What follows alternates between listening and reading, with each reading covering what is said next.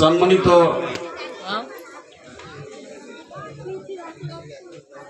একাডেমির কর্তাবিন্দু এবং সামনে বসে আমার শ্রোতাবিন্দু, সমস্ত প্রশংসা সমস্ত তারিফ সেই মহান আল্লাহ পাক রব্বুল আলামিনের জন্য, যিনার প্রশংসা করে আমরা শেষ করতে পারি না। আমরা সম্পূর্ণটাকে আলহামদুলিল্লাহ আলহামদুলিল্লাহ পরে দুজাহানের বিশ্বনবী খাতিমুন নবী মুহাম্মদ মুস্তাফা সাল্লাল্লাহু আলাইহি ওয়াসাল্লাম তিনার প্রতি কোটি কোটি দরুদ ও সালাম বর্ষিত হোক। সুবহানাল্লাহ, আল্লাহুম্মা বারিক আলা। আজকে আমরা এখানে উপস্থিত হয়েছি, আমাদের উদ্দেশ্য হচ্ছে যে আমরা নতুন স্কুল আমরা একটা চালু করছি বা আমরা অনুষ্ঠিত করলাম। তো কথা হচ্ছে যে আল্লাহ পাক রব্বুল আলামিন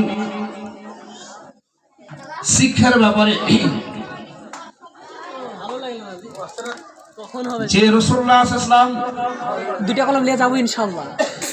আল্লাহ পাক রব্বুল আলামিন প্রথমে যে শিক্ষাটা দিয়েছিলেন সেটাই হচ্ছে ইকরা বিসমি রাব্বিকাল্লাযী খালাক। আল্লাহ রাসূলকে যে শিক্ষা দেওয়া হয়েছিল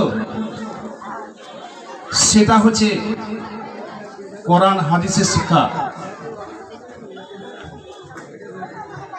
তো এটা আল্লাহর তরফ থেকে রাসূলুল্লাহ সাল্লাল্লাহু আলাইহি ওয়াসাল্লামকে এই শিক্ষা,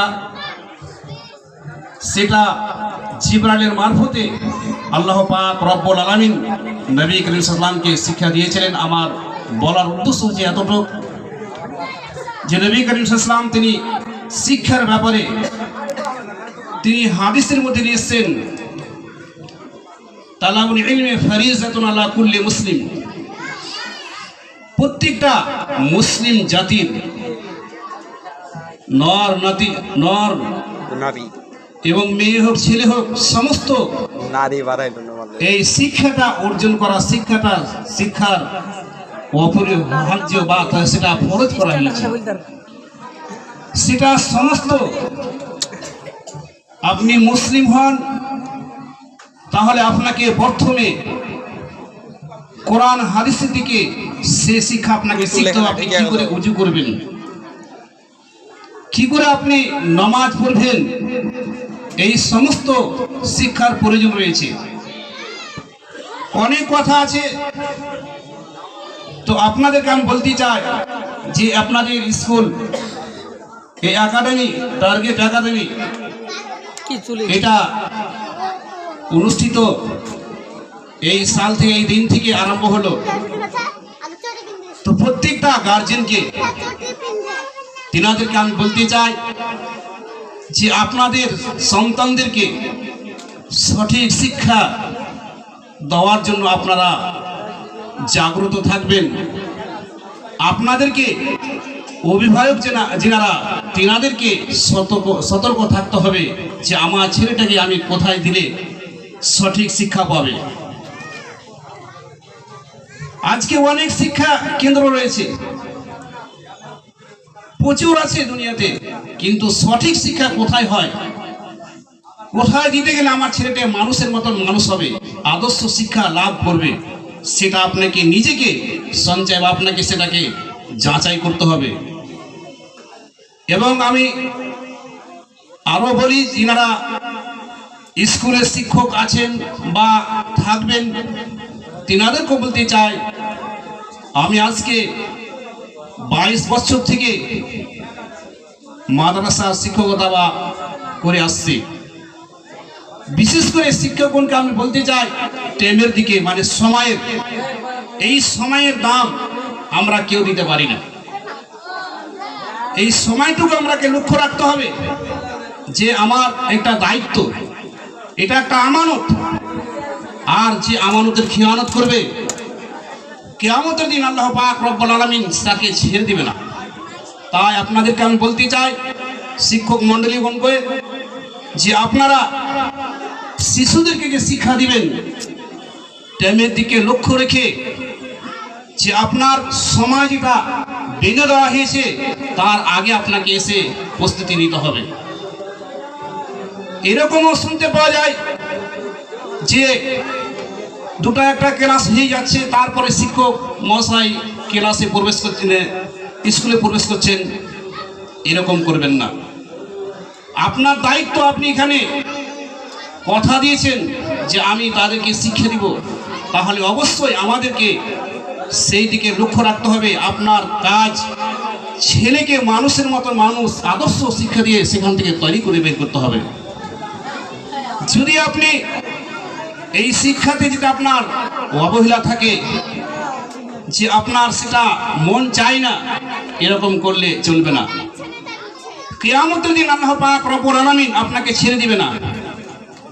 তাই আপনাদেরকে আমি বলতে চাই যে আপনারা অবশ্যই সেটাকে, সময়টাকে আপনারা, যে সময় আপনাকে বেঁধে দেওয়া হয়েছে সেই সময়টাকে বজায় রেখে কাজ করতে হবে। এবং গার্জেনদেরকে বলতে চাই, যিনারা গার্জেন হবেন, যিনারা ছেলে দিবেন, মেয়ে দিবেন, তেনাদেরকে লক্ষ্য রাখতে হবে যে আমার ছেলেটাকে 7টার সময় স্কুল সেখানে আরম্ভ হবে, চালু হবে, তার আগে আপনাকে ছেলে স্কুলে পৌঁছতে হবে। এরকম অনেক মাদ্রাসা বা কোচিং ইত্যাদি সমস্ত কিছু পৃথিবীতে এখন অনেক হয়ে গেছে, কিন্তু আমাদের যারা গার্জেন আমরা তাদের অনেকটা গাফলতি রয়েছে, যে আমরা সঠিকভাবে সময়ে আমরা ছেলেদেরকে স্কুলে মাদ্রাসাতে আমরা পাঠাতে পারি না। তো এগুলো গার্জেনদেরকে আমরা বিশেষ করে আমি বলতে চাই যে আপনারা অবশ্যই লক্ষ্য রাখবেন, যেখানে আপনার ছেলেকে আপনি ভর্তি করেছেন সেই ভর্তির জায়গাতে আপনাকে সঠিক সময়ে আপনার ছেলেকে সেখানে পৌঁছতে হবে। তাহলে আপনার ছেলেটা, ধরেন আপনার একটা ক্লাস আরম্ভ হয়ে গেছে, আর আপনি সেখানে 15 মিনিট 10 মিনিট পর সেই ছেলেটাকে পাঠিয়েছেন বা সেই ছেলেটা আসছে স্কুলে বা মাদ্রাসাতে, যে প্রথমে যে ক্লাস আরম্ভ হয়েছে সেখান থেকে সে মাহরুম হয়ে যাবে, সে বঞ্চিত হয়ে যাবে। তো অবশ্যই আপনাদেরকে আমি বলতে চাই যে আপনারা এই ধরনের কাজ বা এরকম ভুল করবেন না। আর একটি কথা হচ্ছে যে স্কুলের যে নিয়ম বা মাদ্রাসার যে নিয়ম, সেই নিয়ম অনুপাতে আপনাকে সেখানে তার নিয়ম কানুন যা কিছু রয়েছে সমস্ত কিছু আপনাকে মেনে চলতে হবে। যে আপনার স্কুলে আপনার ছেলের জন্য যে একটা তাদের পোশাকের ব্যাপারে যে পোশাকটা বলে দেওয়া হবে, সেই পোশাক পরে আপনার ছেলেকে সেখানে প্রবেশ করাতে হবে। ভাববেন যে না আমি এটা করবো না বা আমার হচ্ছে না, তা করলে চলবে না। আপনার ছেলেদেরকে মানুষ করতে গেলে আপনাকে নিজেকে পরিশ্রম করতে হবে, কষ্ট করতে হবে। হাদিসের মধ্যে অনেক রয়েছে, যেরকম আল্লাহ রাসূল পাক সাল্লাল্লাহু তিনি বলছেন, খায়রুকুম মান তাআল্লামাল কুরআন ওয়া আল্লামাহু, রাহুল বুখারী।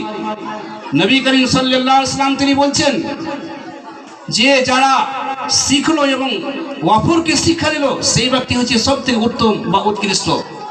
তো আমাদেরকে আমাদের যে আসল কাজ সেটা আমাদেরকে বজায় রেখে আপনাকে ইংরেজি, বাংলা, অঙ্ক ইত্যাদি সমস্ত কিছু আপনাকে শেখা আপনার প্রয়োজন রয়েছে। আপনার যে ভাষা সেই ভাষা আপনাকে শিখতে হবে। এটা আপনাকে আমি বলি না যে শুধু কোরআন হাদিস শিখতে হবে, তা নয়, কিন্তু আমাদের যেটা আসল জিনিস হচ্ছে সেটা হচ্ছে আরবি। সেই আরবিকে বজায় রেখে আপনি ইংরেজি, বাংলা, অঙ্ক ইত্যাদি, ভূগোল, গণিত ইত্যাদি সমস্ত কিছু যা আছে সমস্ত শিক্ষা লাভ করতে পারেন, কিন্তু আপনাকে ইসলামী যে শিক্ষা, আরবি যে শিক্ষা, সেটা আপনাকে বজায় রেখে সেই কাজ করতে হবে। আমাদের অনেক জায়গাতে দেখা যায় যে আমরা স্কুল আরম্ভ করেছি বা স্কুল শুরু করলাম, শুরু করার প্রথমে আমরা অনেক কিছু বলতে থাকি বা বলি, কিন্তু সেটা সঠিক হবে না। যতটা আমার অভিজ্ঞতা, যেগুলা ইসলামী শিক্ষা, ইসলামী মডেলের স্কুল, সেগুলোকে অবশ্যই আল্লাহ রসুলের এবং আল্লাহর নাম নিতে হবে, সেই দিয়ে আপনাকে শুরু করতে হবে। এটা হচ্ছে আমাদের ইসলামের বিধান। আর যদি আপনি আল্লাহর নাম নিয়ে, হাদিসে অনেক কথা রয়েছে, যেরকম বিসমিল্লাহ যদি বলে আমরা কোনো কাজ শুরু না করি, তাহলে সে কাজ আমাদের কোনোদিন সফলতা লাভ করতে পারে না।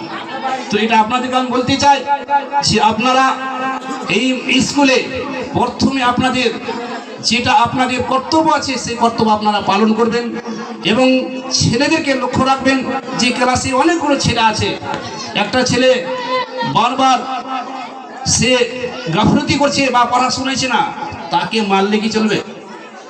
তাকে ফুসলে হোক বা আর কিছু হোক, তাকে একটু সুন্দর করে লাইনে নিয়ে আসতে হবে যে বাবা এই ধরনের তুমি স্কুলে আসছো আর কোনো জায়গায় গাফলতি করছো বা কোথায় রাস্তায় খেলছো, এরকম করিও না।